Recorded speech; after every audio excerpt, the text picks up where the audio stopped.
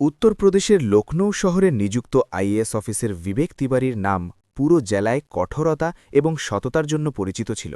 মানুষ বলত যে তিনি থাকতে কারও ভুল কাজ করার সাহস হতো না, কারণ তার সিদ্ধান্ত সোজা এবং পরিষ্কার হতো। না তিনি কোনো চাপে নতি স্বীকার করতেন, না কারো সুপারিশ মানতেন। সরকারি গাড়ি, বড় বাংলো এবং পুরো স্টাফ তার দায়িত্বের সাথে চলত, এবং বাইরে থেকে তার জীবন একেবারে গোছানো এবং মজবুত মনে হতো। কিন্তু এই মজবুত চেহারার পেছনে এমন এক গল্প লুকিয়েছিল যা তিনি নিজেও ভুলে যেতে চাইতেন। এমন এক অতীত যা তাকে ভেতর থেকে আজ পর্যন্ত শান্তিতে বাঁচতে দেয়নি। একদিনের কথা, আইএএস অফিসের বিবেক তিওয়ারি তার অফিসের কাজে এত বেশি আটকে ছিলেন যে তার সময়ের একদমই কোনো খেয়াল ছিল না। সকাল থেকেই টানা মিটিং, জরুরি ফাইল আর তার ওপর হঠাৎ আসা নতুন মামলাগুলো তার পুরো দিনটাকে ক্লান্তিকর করে তুলেছিল। প্রতিটি ফাইলের সাথে দায়িত্ব বেড়ে চলছিল, এবং তিনি না থেমেই সব কিছু শেষ করায় লেগেছিলেন, কারণ তার অভ্যাস ছিল যে কাজ অসম্পূর্ণ রাখা তার একেবারেই পছন্দ ছিল না। এই দৌড়ঝাঁপে কখন যে সন্ধ্যার প্রায় ৬টা বেজে গেল তিনি নিজেই টের পাননি। যখন অবশেষে তিনি শেষ ফাইলটি বন্ধ করলেন, তখন একটা দীর্ঘশ্বাস নিয়ে চেয়ার থেকে উঠলেন এবং অফিসের বাইরে চলে এলেন, যেখানে তার ড্রাইভার গাড়ি নিয়ে আগে থেকেই অপেক্ষা করছিল। বিবেক কিছু না বলেই গাড়িতে বসে পড়লেন, এবং ড্রাইভার ধীরে ধীরে গাড়ির সামনের দিকে বাড়িয়ে দিল। প্রতিদিনের মতো আজও রাস্তায় সেই ভিড়ে ভরা বাজার পড়ল, যেখানে সন্ধে হতেই প্রতিটি দোকান ঝলমলিয়ে উঠত। মানুষ কেনাকাটায় ব্যস্ত থাকত এবং চারদিকে শুধু কোলাহল আর কোলাহল হতো। গাড়িটা যেইমাত্র সেই বাজারের মাঝখান দিয়ে যাচ্ছিল, তখনই হঠাৎ বিবেকের নজর রাস্তার ধারে দাঁড় করানো একটি ছোট্ট ঠেলার ওপর পড়ল, যেখানে প্রায় ৩৫ বছর বয়সী এক সুন্দরী নারী ফুচকা বিক্রি করছিল। হলুদ আলয় তার চেহারা পরিষ্কার দেখা যাচ্ছিল, এবং তার চেহারায় এমন কিছু ছিল যা বিবেককে একদম থামিয়ে দিল। তার মনোযোগ বারবার সেদিকেই যেতে লাগল, যেন সেই চেহারা তিনি আগে কোথাও দেখেছেন। হঠাৎ তার হৃদয় দ্রুত স্পন্দিত হতে লাগল, এবং তিনি সাথে সাথেই ড্রাইভারকে বললেন, গাড়িটা একটু সাইডে রাখো। গাড়ি থামতেই বিবেক চোখের পলক না ফেলেই সেই নারীকে মনোযোগ দিয়ে দেখতে লাগলেন, এবং পরের মুহূর্তেই তার চেহারা পুরোপুরি ফ্যাকাশে হয়ে গেল। সামনে দাঁড়িয়ে থাকা সেই নারী কোনো অচেনা কেউ ছিল না, বরং তার নিজের তালাকপ্রাপ্ত স্ত্রী স্নেহা ছিল। সেই স্নেহা যে প্রায় ৭ বছর আগে তার দারিদ্র্য নিয়ে ঠাট্টা করে তাকে ছেড়ে চলে গিয়েছিল, এবং আজ সেই ভিড়ে ভরা বাজারে একটি ঠেলায় ফুচকা বিক্রি করতে দেখা যাচ্ছিল। বিবেক কিছুক্ষণ সেখানেই দাঁড়িয়ে রইল, যেন বিশ্বাসই করতে পারছিল না যে সে যা দেখছে তা সত্যি। তারপর ধীরে ধীরে সে গাড়ির দরজা খুলল, বাইরে নামল এবং হাঁটতে হাঁটতে নিজের কোট খুলে হাতে ধরে নিল। তার পা আপন মনেই স্নেহার ঠেলার দিকে এগিয়ে যাচ্ছিল। স্নেহার নজর বিবেকের ওপর পড়তেই সে একদম চমকে উঠল। তার হাত থেমে গেল, চোখ বড় বড় হয়ে গেল, এবং কিছুক্ষণের জন্য সে একেবারে হতভম্ব হয়ে রইল। তার ঠোঁট কাঁপল এবং ধীর গলায় সে বলল, বিবেক, তুমি এখানে? বিবেক শীতল দৃষ্টিতে তাকে দেখল এবং কোনোরকম নমনীয়তা ছাড়াই বলল, তোমার প্রশ্নটা ভুল। এই প্রশ্নটা তো আমার তোমাকে করা উচিত, যে তুমি এখানে কি করছো। যখন আমরা একসাথে ছিলাম তখন তো তুমি বড়লোকি ছাড়া কিছুই দেখতে পেতে না, বড় বড় স্বপ্ন, বড় বড় কথা। আর আজ? তার শব্দগুলো তীরের মতো স্নেহার হৃদয়ে বিঁধতে থাকল। আজ তুমি রাস্তার ধারে এই ঠেলা লাগিয়ে ফুচকা বিক্রি করছো। শেষমেশ কি হলো তোমার সেই চাকচিক্যময় জীবনের? এটুকু শুনতেই স্নেহার চোখ পানিতে ভরে গেল, ঠোঁট কাঁপতে লাগল, এবং সে হঠাৎ নিজেকে সামলাতে পারল না। পরের মুহূর্তেই সে নিচু হয়ে বিবেকের পায়ে লুটিয়ে পড়ল। আমাকে মাফ করে দাও বিবেক, আমার অনেক বড় ভুল হয়ে গেছে। আমি তোমার কদর করিনি, আমি ভুল ছিলাম। কান্নার কারণে তার গলা ভেঙে যাচ্ছিল, এবং আশেপাশে দাঁড়িয়ে থাকা কিছু মানুষ এই দৃশ্য দেখতে শুরু করেছিল। কিন্তু বিবেকের চেহারায় বিন্দুমাত্র নমনীয়তা এলো না। সে তার দিকে না তাকিয়েই নিজের পা পেছনে টেনে নিল, যেন তার কান্নার তার ওপর কোনো প্রভাবই নেই। স্নেহা বারবার তার পা ধরার চেষ্টা করতে লাগল, কিন্তু বিবেক মুখ ঘুরিয়ে নিল। কয়েক সেকেন্ড সে চুপচাপ দাঁড়িয়ে রইল, তারপর শীতল কণ্ঠে বলল, তোমার এই যে অবস্থা, এটা তোমার নিজের সিদ্ধান্তের ফল। ওপরবালা সবকিছু দেখছেন, এবং তিনি নিজেই তোমাকে তোমার কৃতকর্মের শাস্তি দিচ্ছেন। কথা বলে সে একবারও পেছনে ফিরে তাকায়নি, এবং দ্রুত পায়ে নিজের গাড়ির দিকে এগিয়ে গেল। পেছনে স্নেহা রাস্তায় বসে কাঁদতে থাকল। তার কান্না থামার কোনো নামই নিচ্ছিল না। কিন্তু বিবেক কিছু না বলে গাড়িতে গিয়ে বসে পড়ল, যেন তার মনে এখন আর কোনো জায়গাই অবশিষ্ট ছিল না। আসলে এই গল্পটি আজ থেকে প্রায় ১০ বছর আগের, যখন বিবেক আর স্নেহা প্রথমবারের মতো কলেজে দেখা করেছিল। সেই কলেজের বড় ক্যাম্পাসে, যেখানে সবাই নিজেদের স্বপ্নগুলোকে আকার দিতে আসত, সেখানেই এই দুজনের পৃথিবীও ধীরে ধীরে একে অপরের সাথে জুড়তে শুরু করল। স্নেহা খুব ধনী এবং দাপুটে পরিবারের মেয়ে ছিল। তার পোশাক, তার ধরন, তার কথা বলার ভঙ্গি সবকিছুই তার স্ট্যাটাসকে তুলে ধরত। কলেজে তার আলাদা একটা দাপট ছিল, বন্ধুরাও তেমনই ছিল, আর তার মনে এই কথার হালকা একটু অহংকারও ছিল যে সে এক বড় পরিবার থেকে এসেছে। অন্যদিকে ছিল বিবেক, এক সাধারণ, শান্ত এবং পরিশ্রমী ছেলে, যে ছোট একটি ঘর থেকে এসেছিল, যেখানে তার মাই ছিল তার পুরো পৃথিবী। তার বাবা ছিল না, এবং তার মাই অনেক কষ্টে তাকে পড়াশোনা করিয়েছিল। বিবেকের কাছে দেখানোর মতো টাকা ছিল না, কিন্তু তার কাছে ছিল পরিশ্রম, সততা এবং একটি সাচ্চা মন। শুরুতে স্নেহা প্রায়ই বিবেককে অবজ্ঞা করত, কখনো কখনো তার পোশাক বা তার সাধারণ জীবনযাপন নিয়ে হালকা ঠাট্টাও করত। কিন্তু বিবেক কখনো কিছু বলত না, শুধু মুচকি হেসে নিজের পড়াশোনায় মন দিত। ধীরে ধীরে স্নেহা খেয়াল করতে শুরু করল যে এই ছেলেটাই প্রতি ক্লাসে প্রথম হয়, সব প্রফেসরের নজরে থাকে, এবং কোনো রকম লোক দেখানো ছাড়াই সবার চেয়ে এগিয়ে যাচ্ছে। সে অবাক হতে লাগল যে টাকা আর কোনো সমর্থন ছাড়াই কেউ এতটা এগিয়ে যায় কিভাবে। এখান থেকেই তার মনে বিবেকের প্রতি এক অন্যরকম কৌতূহলের জন্ম হল, যা ধীরে ধীরে আকর্ষণে বদলাতে শুরু করল। সময় কাটতে লাগল, প্রজেক্ট এবং ক্লাসের বাহানায় দুজনের কথাবার্তা বাড়তে লাগল। স্নেহার বিবেকের সাধারণ জীবন এবং পরিষ্কার মন পছন্দ হতে শুরু করল। অন্যদিকে বিবেকও স্নেহার চাকচিক্যের পেছনে লুকিয়ে থাকা তার আসল হাসি দেখতে পেল।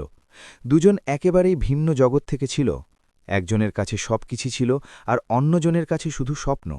কিন্তু হয়তো এই পার্থক্যটাই তাদের একে অপরের কাছে নিয়ে এলো। ধীরে ধীরে বন্ধুত্ব এক গভীর রূপ নিল, এবং পরবর্তী 2 বছরে সেই বন্ধুত্ব ভালোবাসায় পরিণত হল।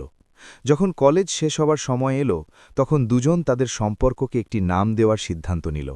স্নেহার পরিবারের লোকদের প্রথমে এই সম্পর্ক পছন্দ ছিল না, কারণ বিবেক তাদের স্ট্যাটাসের ছিল না। কিন্তু স্নেহা নিজের জেদে অটল রইল। অন্যদিকে বিবেকের মা স্নেহাকে মেনে নিতে কোনো ত্রুটি রাখেননি। অবশেষে অনেক বোঝানোর পর দুজনের বিয়ে হয়ে গেল। বিয়ের পরের শুরুর দিনগুলো খুব সুন্দর ছিল। ছোট একটা ঘর ছিল, কিন্তু তাতে শান্তি ছিল, ভালোবাসা ছিল, এবং একসাথে স্বপ্ন দেখার শুরু ছিল। সেই সময় পর্যন্ত সবকিছু একদম ঠিক মনে হচ্ছিল, যেন জীবন তাদের একটা নতুন সুযোগ দিয়েছে। বিয়ের পরও বিবেক তার পড়াশোনা একেবারে ছাড়েনি, কারণ তার কাছে আইএএস হওয়া শুধু একটা স্বপ্ন ছিল না, বরং তার পুরো জীবনের উদ্দেশ্য ছিল। সকালে জলদি ওঠা, ঘণ্টার পর ঘণ্টা টানা পড়াশোনা করা, কোচিংয়ের নোট বানানো, পুরনো পেপার সমাধান করা, তার রুটিন শুধু এই জিনিসগুলোর চারপাশেই ঘুরত। অনেকবার তো এমন হতো যে সে ঠিকমতো খাবারও খেত না, শুধু নিজের বইয়ের মধ্যে ডুবে থাকত।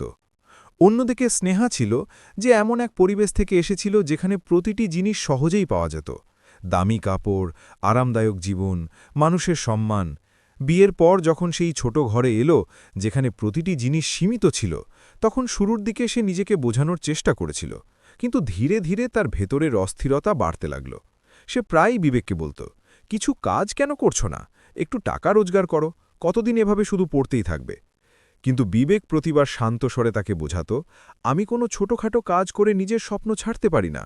স্নেহা, ব্যাস আর একটু সময় দাও, একদিন সব বদলে যাবে।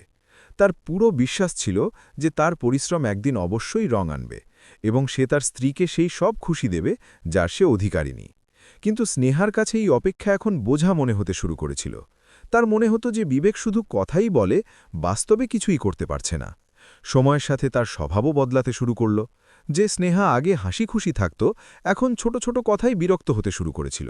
তার ঘরের ছোট আকৃতি খারাপ লাগতে শুরু করল। প্রতিবেশীর সাধারণ জীবন তার কাছে নিজের ভাগ্যের ঠাট্টা বলে মনে হতে লাগল।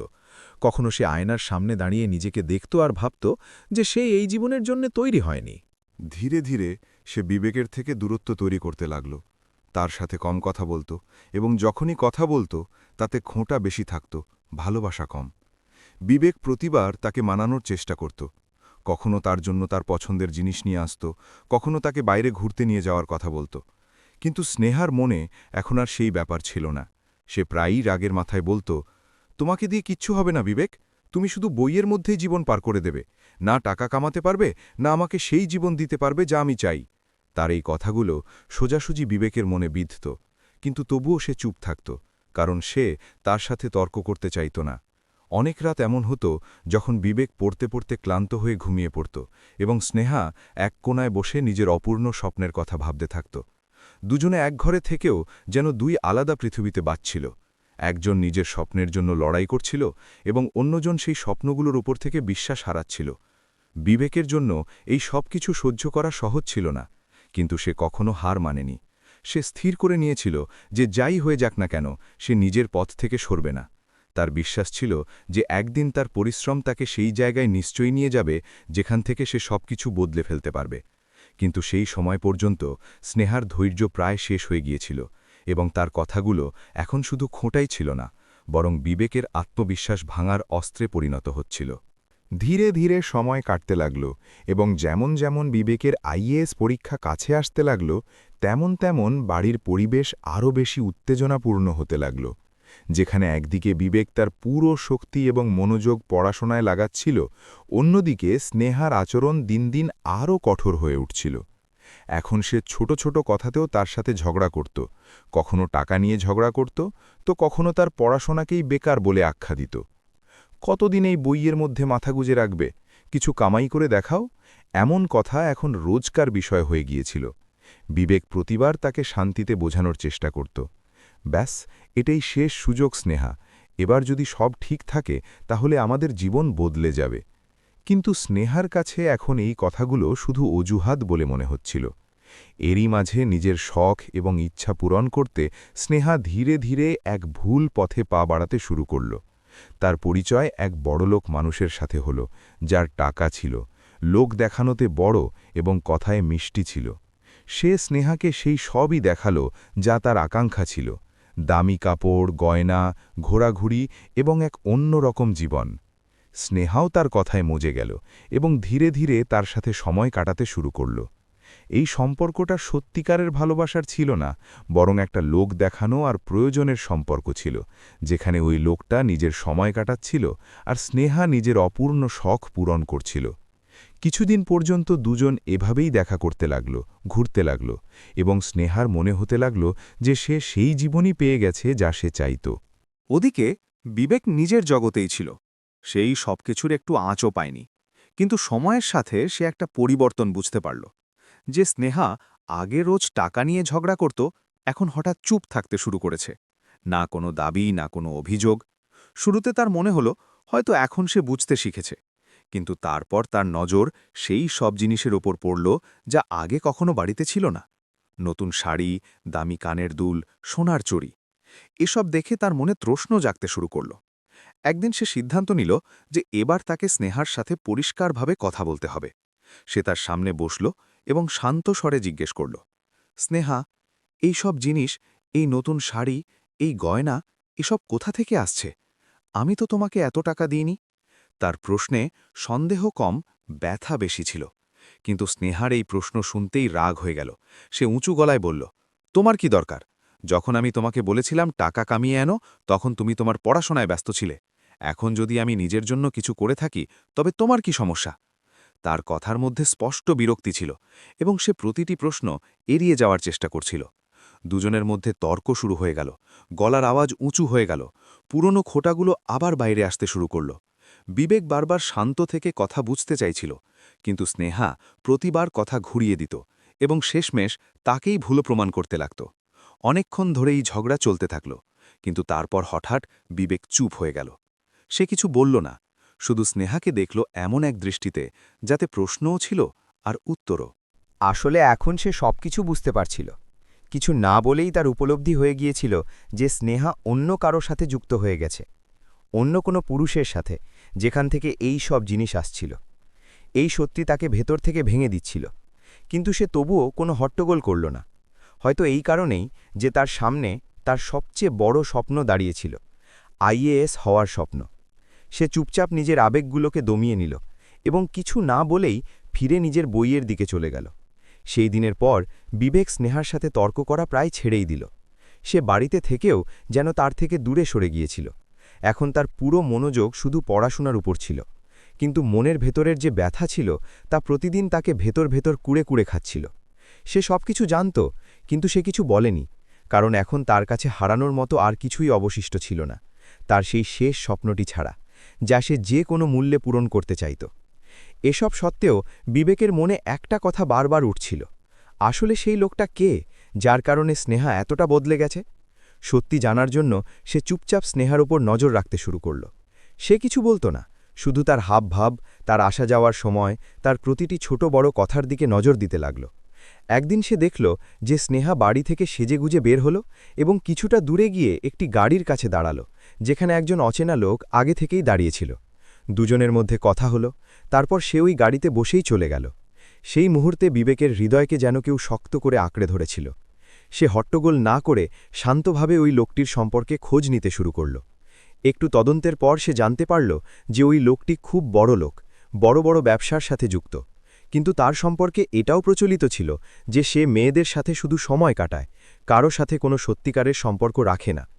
সেদিন যখন স্নেহা বাড়ি ফিরল, বিবেক সিদ্ধান্ত নিয়ে নিল যে এবার পরিষ্কারভাবে কথা বলতে হবে। সে তাকে বসালো এবং খুব শান্ত কিন্তু গম্ভীর গলায় বলল, স্নেহা, আমি সব জানি। তুমি যে লোকটার সাথে ঘুরছ সে তোমাকে শুধু ব্যবহার করছে। সে তোমার সাথে নেই, তোমার শখের সাথে আছে।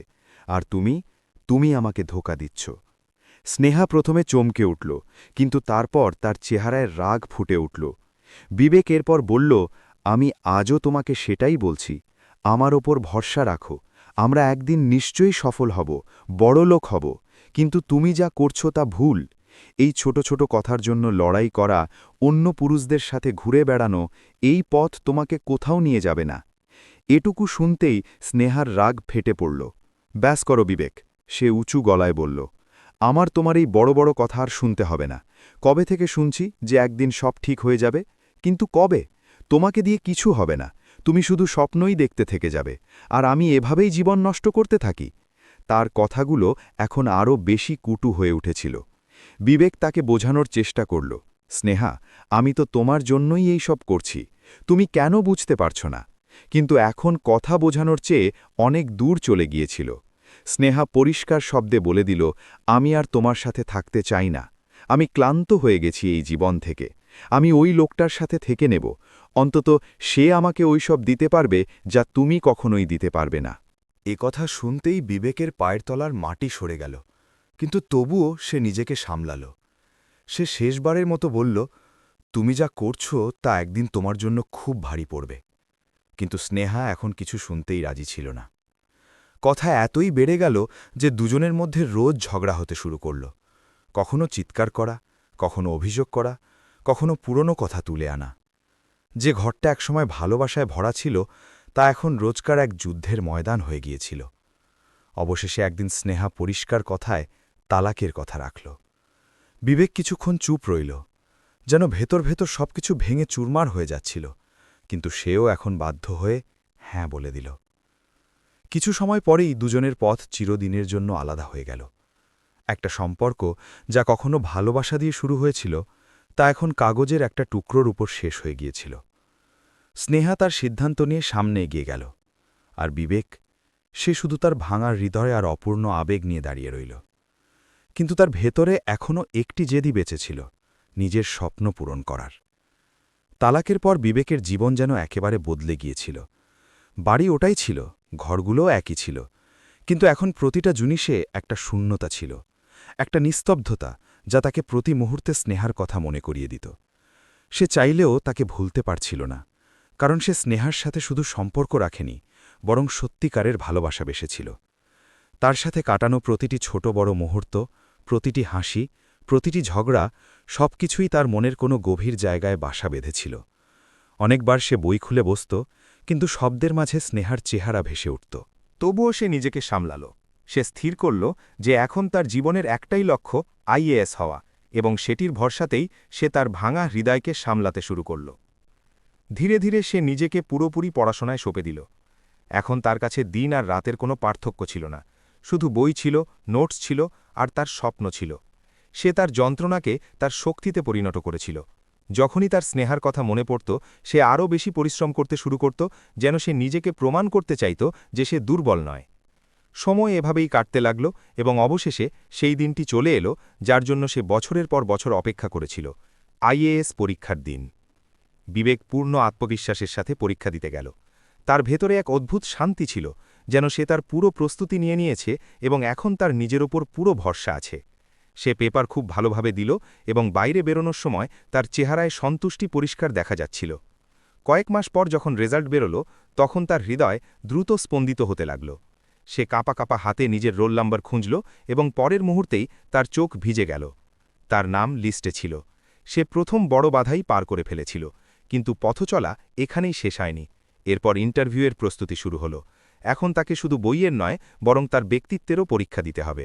বিবেক তার উত্তরগুলোর ওপর কাজ করল, নিজের চিন্তাভাবনাকে আরও স্পষ্ট করল এবং নিজেকে সব দিক থেকে প্রস্তুত করল।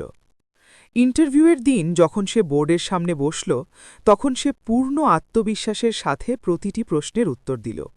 তার উত্তরে সততা ছিল, লড়াইয়ের ঝলক ছিল এবং একটি পরিষ্কার নিয়ত ছিল যা বোর্ডের সদস্যদের কাছে স্পষ্ট ধরা পড়ল। কিছু সময় পর ফাইনাল রেজাল্ট এলো এবং এবার যখন বিবেক লিস্ট দেখল, তখন তার নাম শুধু তাতেই ছিল না, বরং একটি ভালো র্যাঙ্কের সাথে ছিল। সেই মুহূর্তে তার মনে হলো যেন তার সব পরিশ্রম, তার প্রতিটা কষ্ট, তার প্রতিটা রাতের না ঘুমানোর ত্যাগ, সব কিছুই এক পলকে সফল হয়ে গেছে। তার চোখ দিয়ে অশ্রু গড়িয়ে পড়ল, কিন্তু এই অশ্রু দুঃখের ছিল না, বরং জয়ের ছিল। এরপর তার ট্রেনিং শুরু হলো, যেখানে সে এক নতুন জীবনের শুরু করল। ধীরে ধীরে সে এক দায়িত্ববান এবং কঠোর অফিসার হিসেবে গড়ে উঠল, এবং তারপর সেই দিনটিও এলো যখন বিবেক তিওয়ারি একজন আইএএস অফিসার হিসেবে নিজের পদে নিযুক্ত হল। এখন তার কাছে সেই সব কিছু ছিল যার সে কখনো স্বপ্ন দেখেছিল: সম্মান, পরিচিতি, দায়িত্ব এবং এক নতুন পরিচয়। কিন্তু এসব সত্ত্বেও তার মনের এক কোণায় স্নেহার স্মৃতি এখনও কোথাও না কোথাও বেঁচে ছিল। পার্থক্য শুধু এটুকুই ছিল যে এখন সেই স্মৃতি তাকে আর দুর্বল করত না, বরং তাকে মনে করিয়ে দিত যে সে জীবনে কত বড় পথ পাড়ি দিয়েছে। অন্যদিকে তালাকের পর স্নেহা পেছনে না তাকিয়েই সেই বড়লোক লোকটির সাথে থাকতে শুরু করল, যার পেছনে সে এতদিন ধরে পাগল হয়েছিল। শুরুর দিকে তার মনে হলো যে সে সঠিক সিদ্ধান্ত নিয়েছে। দামি কাপড়, ভালো হোটেল, ঘোরাফেরা, প্রতিটি জিনিস যা সে চাইত তা সে পেতে শুরু করল। কিছুদিন পর্যন্ত তার এমন মনে হলো যেন সে তার মনের মতো জীবন পেয়ে গেছে, কিন্তু ধীরে ধীরে সত্যিটা সামনে আসতে শুরু করল। একদিন সে হঠাৎ জানতে পারল যে লোকটার সাথে সে থাকছে তার বিয়ে আগে থেকেই হয়ে গেছে এবং তার স্ত্রীও এই শহরেই থাকে। এটা শুনে স্নেহার পায়ের তলার মাটি সরে গেল, কিন্তু ততক্ষণে অনেক দেরি হয়ে গিয়েছিল। কিছু সময়ের মধ্যেই ওই লোকটির স্ত্রীও স্নেহার সম্পর্কে সব কিছু জেনে গেল। বাড়িতে বড় ঝগড়া হলো। তার স্ত্রী পরিষ্কার কথায় বলে দিল, হয় আমাকে ছেড়ে দাও অথবা ওই মেয়েটিকে, দুজন একসাথে চলতে পারে না। সেই লোকটির সামনে প্রথমবারের মতো আসল সিদ্ধান্ত নেওয়ার পরিস্থিতি এলো। স্নেহার মনে হলো যে এখন সে তার জন্য সব কিছু ছেড়ে দেবে, কারণ সে তো নিজের স্বামীকেও তারই জন্য ছেড়ে দিয়েছিল। কিন্তু যে সত্যিটা সামনে এলো তা স্নেহাকে ভেতর পর্যন্ত ভেনে চুরমার করে দিল। ওই লোকটি খুব ঠান্ডা গলায় বলল, দেখো স্নেহা, আমি তোমার সাথে শুধু টাইম পাস করছিলাম। আমি আমার স্ত্রীকে কিভাবে ছাড়তে পারি? তুমি হয়তো এই সম্পর্কটাকে একটু বেশি গুরুত্ব দিয়ে ফেলেছ। এ কথা শুনতেই স্নেহার হাত পা কাঁপতে লাগল। তার চোখে জল চলে এলো, কিন্তু ওই লোকটির চেহারায় কোনো পরিবর্তন এলো না। কিছু মুহূর্তের মধ্যেই সে পরিষ্কার বলে দিল যে সে এখন আর তার সাথে কোনো সম্পর্ক রাখতে চায় না, এবং স্নেহাকে নিজের জীবন থেকে বের করে দিল। এখন স্নেহার কাছে না ওই লোকটি ছিল, না তার নিজের ঘর। সে পুরোপুরি একা হয়ে পড়েছিল। কিছুদিন পর্যন্ত সে এই আঘাতেই ডুবে রইল। না ঠিক করে খেত, না কারো সাথে কথা বলত।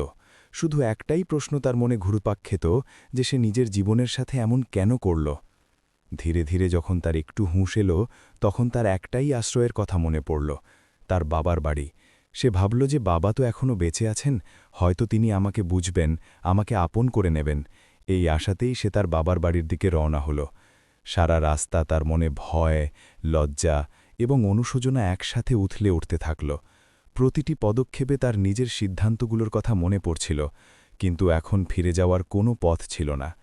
অবশেষে সে তার বাড়ির সামনে পৌঁছাল, সেই একই দরজা যেখান থেকে সে একদিন কোণে সেজে বিদায় নিয়েছিল। তার হাত কাঁপছিল, হৃদয় জোরে জোরে স্পন্দিত হচ্ছিল। সে ধীরে ধীরে দরজার সামনে দাঁড়িয়ে পড়ল, কিন্তু ভেতরে যাওয়ার সাহস এখনও জোগাড় করতে পারছিল না। যেইমাত্র স্নেহা কাঁপা কাঁপা হাতে দরজার বেল বাজালো, তার বুকের ধুকপুকানি আরও বেড়ে গেল।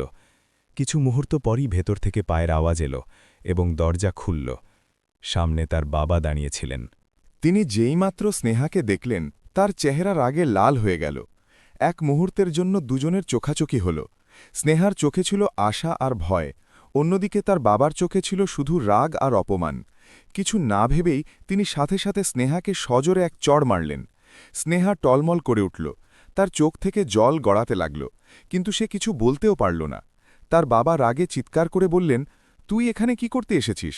যে মেয়ে নিজের বাবার সম্মান জনসমক্ষে ধুলোয় মিশিয়ে দিয়েছে, তার চেয়ে ভালো তো এই হতো যে সে জন্মই না নিত। তার গলা এতটাই চড়া ছিল যে আশেপাশের লোকেরাও দরজার দিকে তাকাতে লাগল। এক ভালো সৎ ছেলের সাথে তোর বিয়ে হয়েছিল, সে তোকে সম্মান দিত, ভালোবাসত, কিন্তু তুই কি করলি? টাকার লোভে পড়ে তাকে ছেড়ে দিলি। এবং কার জন্য? এমন এক লোকের জন্য যে আগে থেকেই বিবাহিত ছিল। তুই শুধু নিজের জীবনই নষ্ট করিসনি, বরং সারা শহরে আমার নাকও কাটিয়েছিস। স্নেহা কাঁদতে কাঁদতে শুধু এতটুকুই বলতে পারল, বাবা, আমার ভুল হয়ে গেছে, আমাকে মাফ করে দাও, আমি কোথাও কার থাকলাম না। কিন্তু তার বাবার হৃদয় সেই মুহূর্তে পাথর হয়ে গিয়েছিল। তিনি রাগে দরজার দিকে ইশারা করে বললেন, আমার তোর কোনো কথা শুনতে হবে না, বেরিয়ে যা এখান থেকে, এই ঘরে তোর জন্য কোনো জায়গা নেই, আজ থেকে তুই আমার জন্য মরে গেছিস। এই কথা শুনে স্নেহা যেন ভেতর থেকে পুরোপুরি ভেঙে পড়ল। সে কিছুক্ষণ সেখানেই দাঁড়িয়ে রইল, হয়তো আশা করছিল যে তার বাবা তাকে আটকে নেবেন, কিন্তু এমন কিছুই হল না। পরের মুহূর্তেই দরজা তার সামনে জোরে বন্ধ হয়ে গেল। সেই আওয়াজ যেন তার জীবনের শেষ সম্বলটাও কেড়ে নিল। এখন স্নেহার কাছে না কোনো ঘর ছিল, না কোনো আপনজন। সে রাস্তায় একা দাঁড়িয়েছিল, চোখ দিয়ে ক্রমাগত জল গড়িয়ে পড়ছিল।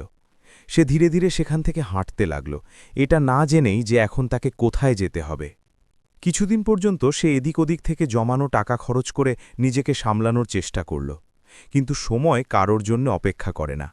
তার কাছে যে সামান্য কিছু টাকা ছিল তাও ধীরে ধীরে শেষ হতে শুরু করল। এখন অবস্থা এমন হল যে তার কাছে খাওয়ার মতো টাকাও অবশিষ্ট ছিল না। কখনো সে কারোর দরজায় গিয়ে কাজ চাইত, তো কেউ তার অতীত সম্পর্কে জেনে তাকে ফিরিয়ে দিত। সমাজ যে আগে থেকেই তাকে মেনে নেয়নি, এখন পুরোপুরি তার থেকে মুখ ফিরিয়ে নিয়েছিল। সব দিক থেকে প্রত্যাখ্যাত হওয়ার পর অবশেষে স্নেহাকে বাধ্য হয়ে একটি ছোট ঠেলা লাগাতে হলো। রাস্তার ধারে ভিড়ে ভরা এলাকায় সে ফুচকা বিক্রি করতে শুরু করল। সেই স্নেহা যে একসময় দামি শখ আর বড় জীবনের স্বপ্ন দেখত, আজ দুবেলা খাবারের জন্য সারা দিন রোদে দাঁড়িয়ে থাকত। তার হাতে এখন চুড়ি ছিল না, বরং পরিশ্রমের রেখা ছিল। চোখে এখন স্বপ্ন ছিল না, বরং অনুসূচনা ছিল। এবং মনে শুধু একটি প্রশ্ন, ইস, যদি সে সেদিন সঠিক সিদ্ধান্ত নিত। কিন্তু এখন অনেক দেরি হয়ে গিয়েছিল। তার জীবন তাকে তার প্রতিটি সিদ্ধান্তের হিসেব দিচ্ছিল, এবং সে চুপচাপ সব সহ্য করা ছাড়া আর কিছুই করতে পারছিল না। সময়ের সাথে স্নেহা ধীরে ধীরে এমন প্রতিটি জিনিসের আসল মূল্য বুঝতে শুরু করল, যা সে একসময় খুব হালকাভাবে নিয়েছিল। সম্পর্ক, ভরসা এবং সবকিছুর চেয়ে বড় হল টাকা। আগে যে টাকা তার জন্য শুধু শখ পূরণের মাধ্যম ছিল, আজ সেটাই তার জীবনের সম্বল হয়ে দাঁড়িয়েছিল। সারা দিন রোদে দাঁড়িয়ে পরিশ্রম করা, মানুষের দৃষ্টির মোকাবিলা করা এবং রোজ নিজের অতীতকে স্মরণ করে ভেঙে পড়া, এই সবকিছুই তার জীবনের অংশ হয়ে উঠেছিল। এখন সে বুঝতে পেরেছিল যে জীবন শুধু বড় স্বপ্ন আর লোক দেখানো দিয়ে চলে না, বরং সত্যিকারের সঙ্গ আর ধৈর্য দিয়ে তৈরি হয়। কিন্তু এই বোধ তখন এলো যখন সবকিছু হাত থেকে ফসকে গেছে। যখন আজ এত বছর পর সে বিবেকের সামনে দাঁড়িয়েছিল, তখন তার চোখে সেই পুরনো অহংকার ছিল না, বরং গভীর অনুশোচনা ছিল। তার হাত কাঁপছিল, গলা ভেঙে আসছিল, এবং মনে একটাই কথা বারবার উঠছিল, ইস, যদি সে সেদিন বিবেকের সঙ্গ না ছাড়ত। সে বারবার কান্নার সাথে ক্ষমা চাইছিল, কিন্তু ভেতর থেকে জানত যে এখন হয়তো ক্ষমার জন্য অনেক দেরি হয়ে গেছে। সে যা হারিয়েছিল তার শুধু একটি সম্পর্ক ছিল না, সে এমন একজন মানুষ ছিল যে সত্যি তাকে শর্তহীনভাবে ভালোবাসত। অন্যদিকে বিবেক দাঁড়িয়েছিল। সামনে সবকিছু থাকা সত্ত্বেও তার চেহারায় কোনো ভাব ছিল না।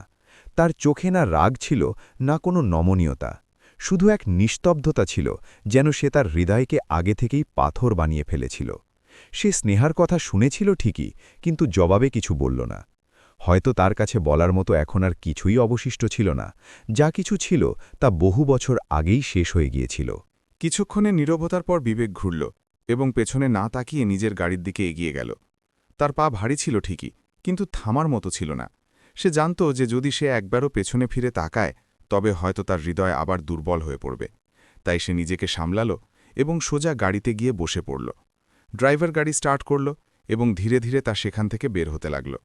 স্নেহা সেখানেই দাঁড়িয়ে রইল, চোখ দিয়ে ক্রমাগত জল গড়াতে লাগল। হাত কাঁপছিল এবং মন পুরোপুরি ভেঙে চুরমার হয়ে গিয়েছিল। সে শুধু গাড়িটাকে দূরে যেতে দেখতে থাকল, যতক্ষণ না সেটা তার চোখের আড়াল হয়ে গেল।